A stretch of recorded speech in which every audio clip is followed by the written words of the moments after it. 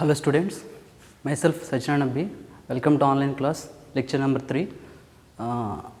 తెలుసు కదా నేను డీల్ చేసే paper modern physics paper 5B right. ఇందులో ఫస్ట్ చాప్టర్ గురించి డిస్కస్ చేస్తున్నాను.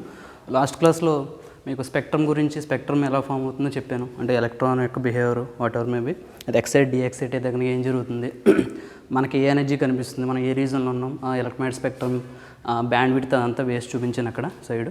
So hope you understand last class right. Coming to the ఇంకా బేసిక్సే ప్రస్తుతానికి. అంటే యాక్చువల్ కంటెంట్కి వెళ్ళే ముందు లిటిల్ బిట్ ఎక్స్ప్లెనేషను.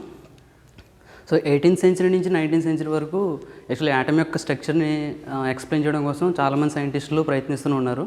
యాటమ్ యొక్క స్ట్రక్చర్ అంటే మీనింగ్ ఏం లేదు, జస్ట్ యాటంలో ఉన్న పార్టికల్ యొక్క బిహేవియర్ చెప్పడం. సో యాటమ్ యాక్టివ్గా ఉంటుందంటే కనుక దానికి కారణం ఎవరంటే వన్ అండ్ ఓన్లీ ఎలక్ట్రాన్. అంటే ఎలక్ట్రాన్ యొక్క క్యారెక్టర్ తెలిస్తే కనుక యాటమ్ యొక్క స్ట్రక్చర్ని మనం అర్థం చేసుకోవచ్చు అనే ఒక ఐడియాతోటి వాళ్ళు ఎక్స్పెరిమెంట్ స్టార్ట్ చేశారు. అలా స్టార్ట్ చేసిన వాళ్ళు చాలామంది చాలా ప్రాక్టికల్స్ చేశారు. సో వాళ్ళలో కొంత సక్సెస్ ఉంది, కొంత ఫెయిల్యూర్ ఉంది. అలాగా మొదటి నుంచి అంటే యాటమ్ గురించి మాట్లాడటానికి ప్రయత్నించిన మొట్టమొదటి సైంటిస్ట్ దగ్గర నుంచి మాట్లాడుకుంటే కనుక అంటే యాటమ్ యొక్క స్ట్రక్చర్ని డీల్ చేయడం కోసం కొన్ని మోడల్స్ డెవలప్ చేశారు. వాటిని ఏమంటే అటామిక్ మోడల్స్ అంటాం. So atomic models from starting onwards 18th century దగ్గర నుంచి 19th సెంచరీ మిడిల్ వరకు కూడా అంటే డిస్కషన్ జరుగుతూనే ఉంది. సో 19th సెంచరీ మిడిల్కి ఒక యాక్యురేట్ థియరీ ఒకటి వచ్చింది. ఆ థియరీ ఇప్పటికీ కూడా అగ్రీడ్ అవుతుంది. సో ఆ థియరీ గురించి లాస్ట్కి వెళ్ళేసరికి తెలుస్తుంది, చాప్టర్ లాస్ట్కి వెళ్ళేసరికి. ప్రస్తుతం ఏంటంటే మనం మన సిలబస్లో ఉన్న దాని ప్రకారం మాట్లాడుకుందాం. అఫ్కోర్స్ ఇవన్నీ మన సిలబస్లో ఉన్నవి కాదు, జస్ట్ అటామిక్ మోడల్స్ ఎన్ని ఉన్నాయో చూపిస్తున్నాను ఇక్కడ.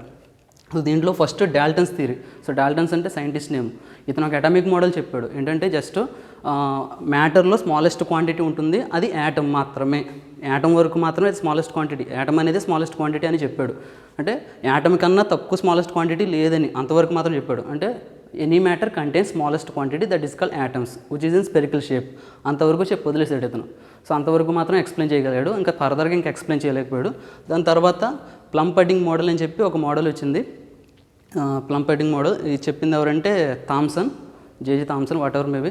ఈ చెప్పిన మోడల్ ప్లమ్ పడ్డింగ్ మోడల్లో కూడా కొంత ఎక్స్ప్లెనేషన్ ఉంది. ఏంటంటే ఇతను ఏం చెప్పాడంటే within the atom electron తిరుగుతుంటారు, ఇన్వాల్వ్ అవుతుంటుంది అంతవరకు మాత్రం చెప్పాడు. ఆ యాటంలో న్యూక్లియస్ ఉంటుంది, న్యూక్లియస్లో ఏ పార్టికల్స్ ఉంటాయి అనే విషయం చెప్పలేదు. అంటే నిన్న మొన్న మీకు ప్రీవియస్ క్లాసెస్లో మాట్లాడుకున్న టాపిక్స్ ఏంటంటే యాటంలో పార్టికల్ ఏంటో చెప్పేశాను, ఎలక్ట్రాన్, ప్రోటాన్, న్యూట్రాన్ అన్నీ మీకు తెలిసినవి 8th క్లాస్ నుంచి. బట్ వీళ్ళు చెప్పే టైంకి యాటంలో ఏ పార్టికల్స్ ఉన్నాయో తెలియదు, ఇతనికి తెలియదు. అంటే యాటమ్ అనేది ఉందని మాత్రం తెలుసు ఇతనికి. ఇతను ఏంటంటే యాటంలో నెగిటివ్ ఛార్జ్డ్ పార్టికల్ ఉంది, ఎందుకంటే థామ్సన్ కాబట్టి ఎలక్ట్రాన్ని డిస్కవర్ చేశాడు కాబట్టి ఈ మోడల్ ఎక్స్ప్లెయిన్ చేశాడు అతను. అంటే యాటంలో ఎలక్ట్రాన్ అనేది ఉంటుంది, తిరుగుతుంటుంది అని చెప్పాడు. అది ఎలా తిరుగుతుంది, దేని చుట్టూ తిరుగుతుంది అవి ఎక్స్ప్లెయిన్ చేయలేదు రైట్. ఇతను కూడా ఫెయిల్యూర్ ఉంది, ఎందుకంటే కంప్లీట్గా ఎక్స్ప్లెయిన్ చేయలేదు. ఎందుకంటే కంప్లీట్గా ఎందుకంటున్నానంటే మనకి ఇప్పటివరకు మనకు ప్రస్తుతం ఇప్పుడున్న ప్రపంచంలో మనం ఈ వరల్డ్లో మనకి యాటమ్ గురించి క్లియర్గా తెలుసు. ఎందుకంటే యాటమ్ అంటే it consist of electron, proton, neutron అనే విషయం తెలుసు. బట్ ఇతను థియరీ వచ్చే టైంకి ఇతనికి అంటే అప్పటికి ఎక్స్పెరిమెంట్స్ డెవలప్ అవ్వలేదు. జస్ట్ యాటమ్ అనేది ఉందని ఇతను ఫైండ్ అవుట్ చేశాడు. ఆ యాటంలో ఎలక్ట్రాన్ ఉంటుందని చెప్పి థామ్సన్ అనే సైంటిస్ట్ ఫైండ్ అవుట్ చేశారు. అతను డెవలప్ చేసిన మోడల్ ఇది. సో ప్రోటాన్ గురించి, న్యూట్రాన్ గురించి అతను డిస్కస్ చేయలేదు, అంటే అది ఫెయిల్యూర్ అవుతుంది అతనికి. ఇతను అసలు ఫండమెంటల్ పార్టికల్స్ గురించి డిస్కస్ చేయలేదు. ఫండమెంటల్ పార్టికల్స్ అంటే ఎలక్ట్రాన్, ప్రోటాన్, న్యూట్రాన్ వీటి గురించి డిస్కస్ చేయలేదు. సో అది ఫెయిల్యూర్ అతనికి. బట్ యాటమ్ అనేది సక్సెస్ కదా, యాటమ్ ఉంటుందనే విషయం సక్సెస్ కదా. అంటే కొంత సక్సెస్ ఉంది, కొంత ఫెయిల్యూర్ ఉంది. సో సక్సెస్ని యాటమ్ కనిపెట్టడం, ఫెయిల్యూర్ ఏంటంటే అందులో ఇంకే పార్టికల్స్ చెప్పలేకపోవడం ఫెయిల్యూర్ అవుతుంది. సో ఇతను ఏంటంటే ప్లమ్ పడ్డింగ్ మోడల్లో థామ్సన్ ఏం చెప్పాడంటే as within the atom ఒక ఫండమెంటల్ పార్టికల్ ఉంది, అదేంటంటే ఎలక్ట్రాన్ అని డిస్కవర్ చేశాడు. సో అంతవరకు సక్సెస్ ఉంది, ఎలక్ట్రాన్ అనేది ఎగ్జిస్ట్ అయి ఉంది కదా, కాబట్టి సక్సెస్ అయితే ఉంది. బట్ రిమైనింగ్ పార్టికల్స్ని చెప్పలేదు కాబట్టి ఫెయిల్యూర్ ఉంది.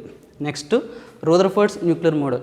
So Rutherford's you are very familiar with the Rutherford scattering cross section in first ఇయర్లో మీకు బాగా తెలిసింది ఇది రూదర్ఫర్డ్ న్యూక్లియర్ మోడల్. అంటే ఆల్ఫా పార్టికల్ తీసుకుని ఎక్స్పెరిమెంట్ చేసి అతను ఏం ఫైండ్ అవుట్ చేశాడంటే ఆ ప్రాక్టికల్లో ఒక యాటంలో ఏ యాటంలో అయినా సరే కంపల్సరీగా సెంట్రల్ పాజిటివ్ ఛార్జ్ ఉంటుంది. ఆ సెంట్రల్ పాజిటివ్ ఛార్జ్కి కారణం ఎవరంటే అందులో ఉన్న ప్రోటాన్ అనే పార్టికల్. సో ప్రోటాన్ని డిస్కవర్ చేసిన సైంటిస్ట్ ఎవరంటే రూదర్ఫోర్డ్ అవుతాడు. సో బేసిక్గా యాక్చువల్లీ ప్రోటాన్ ఉందనే విషయం చెప్పిన సైంటిస్ట్ ఇతనే.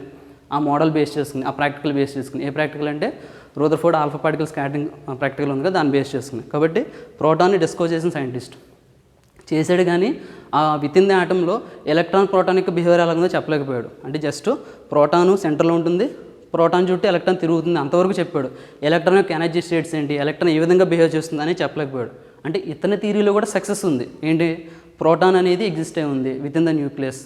అంటే nucleus as a positive charge అనే విషయం కనిపెట్టాడు. సో ఇతనికి సక్సెస్ ఉంది. బట్ ఫెయిల్యూర్ ఏంటంటే ఆ న్యూక్లియస్ చుట్టూ తిరుగుతున్న ఎలక్ట్రాన్ యొక్క బిహేవియర్ ఏంటో చెప్పలేకపోయాడు. That is the failure. So next coming to the యాక్చువల్గా అయితే మనకి సిలబస్లో ఉన్న టాపిక్స్ ఇవి: బోర్స్ మోడల్,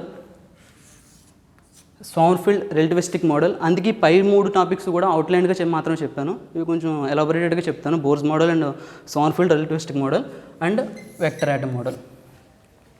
ఇవి సిలబస్లో ఉన్నాయి. Very advanced wave mechanical model అంటే క్వాంటమ్ మెకానిక్స్ ఉపయోగించి కంప్లీట్గా ఎక్స్ప్లెయిన్ చేస్తారు.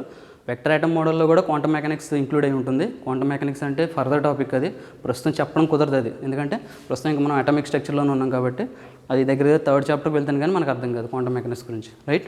సో మన సిలబస్లోనే మాత్రం ఈ 3: bores model, Sommerfeld relativistic model and vector atom model. ఎక్కువ స్ట్రెస్ దేంట్లో ఉంటుందంటే దీంట్లో ఎక్కువ కంటెంట్ దీంట్లో ఉంటుంది వెక్టర్ ఆటమ్ మోడల్లో. ఈ చాప్టర్ అంతా కూడా ఎక్కువ కంటెంట్ ఇది. సో ఇదేంటంటే ఇతను చెప్పిన మోడల్ ఏంటో ఎక్స్ప్లెయిన్ చేస్తాం, ఇతను ఫెయిల్యూర్స్ ఏంటో చెప్తాం అంతే. అంతేగాని ఇతను డిస్కస్ హైడ్రోజన్ ఆటమ్ మీద ప్రాక్టికల్ చేసేట ఇతను బోర్స్ అనే సైంటిస్టు. ఇతను ఒక థియరీ చెప్పి ఆ థియరీని ఏ ఆటమ్ మీద అప్లై చేశాడంటే హైడ్రోజన్ ఆటమ్ మీద అప్లై చేశాడు. ఇతని థియరీ హైడ్రోజన్ ఆటమ్కి మాత్రమే అప్లై అవుతుంది. అంటే హైడ్రోజన్ ఆటమ్ దాటిన తర్వాత హీలియం దగ్గర నుంచి అప్లై అవ్వట్లేదు. That is the failure of the bores model. So hydrogen atom వరకు అయితే సక్సెస్, ఇతను సక్సెస్ అయ్యాడు. రిమైనింగ్ ఆటమ్స్కి మాత్రం అప్లై చేస్తుంటే ఇతని థియరీని ఫెయిల్యూర్ అవుతుంది. కాబట్టి ఇతను చెప్పిన థియరీ సంబంధించిన కంటెంట్ కూడా మీకు ఎలా ఉంటుందంటే జస్ట్ ఇతను చెప్పిన థియరీ పాయింట్స్ ఏంటి అండ్ ఫెయిల్యూర్స్ ఏంటి, ఇవి మాత్రం ఉంటాయి మన సిలబస్లో. ఆ థియరీ పాయింట్స్ని ఏమంటాం అంటే మీరు ఇప్పటివరకు వినే ఉంటారు, మేబీ వినకపోతే కనుక ఒకసారి చూడండి. ఇక్కడ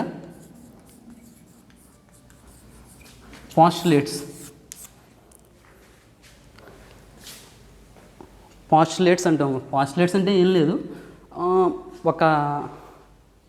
ఒక యాటమ్ గురించి కానీ ఒక ఎలక్ట్రాన్ గురించి కానీ చెప్పమన్నప్పుడు అతను ఇమాజిన్ చేసి దానికి సంబంధించిన ప్రీవియస్ థియరీస్ అన్నీ కూడా ఒకసారి చూసి దాన్ని బట్టి కొన్ని థియరిటికల్ పాయింట్స్ చెప్పడం.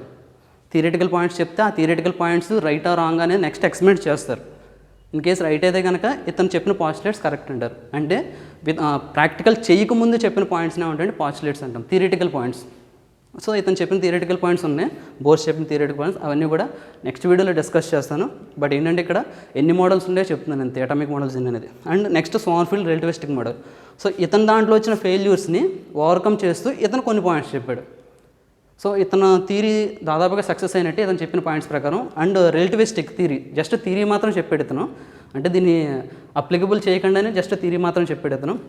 బట్ ఆ థియరీ కూడా సక్సెస్ అయింది. సోమర్ఫీల్డ్ రిలేటివిస్టిక్ థియరీ అనేది సక్సెస్ అయింది. అంటే బోర్స్ మోడల్లో వచ్చిన డ్రాబ్యాక్స్ని ఓవర్కమ్ చేయడం కోసం ఇతను కొన్ని పాయింట్స్ చెప్పాడు. ఓకేనా? సో వీటన్నిటిలో సక్సెస్ పాయింట్స్ ఏవైతే ఉన్నాయో, అంటే ఉపయోగపడే పాయింట్స్ ఏవైతే ఉన్నాయో వాటన్నిటిని కలెక్ట్ చేసి మొత్తం సైంటిస్టులు అందరూ కలిసి ఈ మోడల్ డెవలప్ చేశారు. ఇది ఒక సైంటిస్ట్ చేసిన మోడల్ కాదు, ఇది ఒక సైంటిస్ట్ డెవలప్ చేసిన అటామిక్ మోడల్ కాదు. అటామిక్ మోడల్ అంటే మీనింగ్ ఏంటంటే యాటమ్ యొక్క స్ట్రక్చర్ని ఎక్స్ప్లెయిన్ చేసే మోడల్ ఏంటంటే అటామిక్ మోడల్. ఈ ట్రయల్స్ 18th సెంచరీ నుంచి కూడా స్టార్ట్ అయినాయి, up to middle of the 19th century middle వరకు కూడా జరుగుతూనే ఉన్నాయి.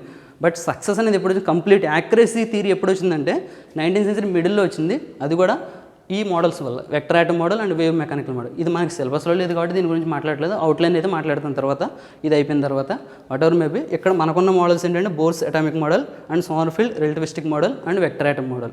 సో బోర్స్ అటామిక్ మోడల్ కూడా some extent it was success and ఇందులో ఉన్న ఫెయిల్యూర్స్ని ఓవర్కమ్ చేయడం కోసం సోమర్ఫీల్డ్ రిలేటివిస్టిక్ మోడల్ వచ్చింది. సో దీని తర్వాత వీటన్నిటిలో ఉన్న సక్సెస్ పాయింట్స్ని తీసుకుని, ఏవైతే ఉపయోగపడతాయో ఆ పాయింట్స్ తీసుకుని, ఆ పాయింట్స్తో పాటు ఎడిషనల్ పాయింట్స్ యాడ్ చేసి ఈ సైంటిస్టులు అందరూ కూడా, ఇందులో పార్టిసిపేట్ చేసిన సైంటిస్టులు అందరూ కూడా ఇంక్లూడ్ అయ్యి ఒక యూనిఫామ్ థియరీని తయారు చేశారు. That is called vector atom model. ఇందులో అయితే సక్సెస్ రేట్ చాలా ఎక్కువ ఉంది. అంటే ఆటమ్ యొక్క స్ట్రక్చర్ గురించి క్లియర్గా అర్థమవుతుంది దాంట్లో. అండ్ అది ప్రాక్టికల్ ఎక్స్పెరిమెంట్ చేసినప్పుడు కూడా అది ప్రూవెన్ కూడా ఈ వెక్టర్ ఆటమ్ మోడల్ బేస్ చేసుకుని. అండ్ ఈ సక్సెస్ రేట్ ఎక్కువ, యాక్యురసీ కూడా ఎక్కువ ఉంది. కాబట్టి ప్రస్తుతానికి ప్రజెంట్ వరల్డ్లో ఈ 2 మోడల్స్ కూడా ప్రస్తుతానికి ఉపయోగిస్తున్నారు. అంటే ఆటమ్ యొక్క స్ట్రక్చర్ తెలుసుకోవడం కోసం ఈ 2 మోడల్స్ని ఉపయోగిస్తారు. సో వీటన్నిటికీ కూడా ప్రతిదానికి కూడా మొదట వెక్టర్ ఆటమ్ మోడల్ తీసుకుంటే కనుక పాస్టులేట్స్ ఉంటాయమ్మా. ఆ పాస్టులేట్స్ చెప్తాను నేను. పాస్టులేట్స్ చెప్పిన తర్వాత ఆ పాస్టులేట్స్లో ఎన్ని పాయింట్స్ సక్సెస్ అయినాయి, ఎన్ని పాయింట్స్ ఫెయిల్యూర్ అని కూడా చెప్తాను. సక్సెస్ పాయింట్స్ని నెక్స్ట్ థియరీ తీసుకుంటుంది, అంటే ఈ థియరీ కానీ తీసుకుంటుంది. తీసుకుని ఆ పాయింట్స్ని బేస్ చేసుకుని దానికి అడిషనల్ ఇంకో పాయింట్స్ వేసి థియరీని డెవలప్ చేసి చివరికి ఏం చేస్తారంటే అటామిక్ స్ట్రక్చర్ని ఎక్స్ప్లెయిన్ చేయడమే. చివరికి చెప్పేది అదే, అటామిక్ స్ట్రక్చర్ అంటే ఏం లేదు, ఎలక్ట్రాన్ యొక్క బిహేవియర్ చెప్పడమే. గుర్తుపెట్టుకోండి, అటామిక్ స్ట్రక్చర్ని ఎక్స్ప్లెయిన్ చేయడం అంటే మీనింగ్ ఏంటంటే ఆటమ్ లోపల ఎలక్ట్రాన్ యొక్క బిహేవియర్ ఎక్స్ప్లెయిన్ చేయడమే, దాని యొక్క నేచర్ చెప్పడమే. So that is what ever maybe. ఇవి ఓవరాల్గా ఉన్న మోడల్స్ ఇవి, అంటే అటామిక్ థియరీని చెప్పడం కోసం డెవలప్ అయిన మోడల్స్ ఇవి. ఇందులో మనకి సిలబస్లో ఉన్నాయి మాత్రం ఇవే. సో రౌండప్ చేసాను, లేదా టిక్ మార్క్ పెడుతున్నాను చూసుకోండి. ఈ మూడింటి గురించి డిస్కషన్ ఎక్కువ ఉంటుంది, right. So remaining topic next lecture చెప్తాను. Thank you.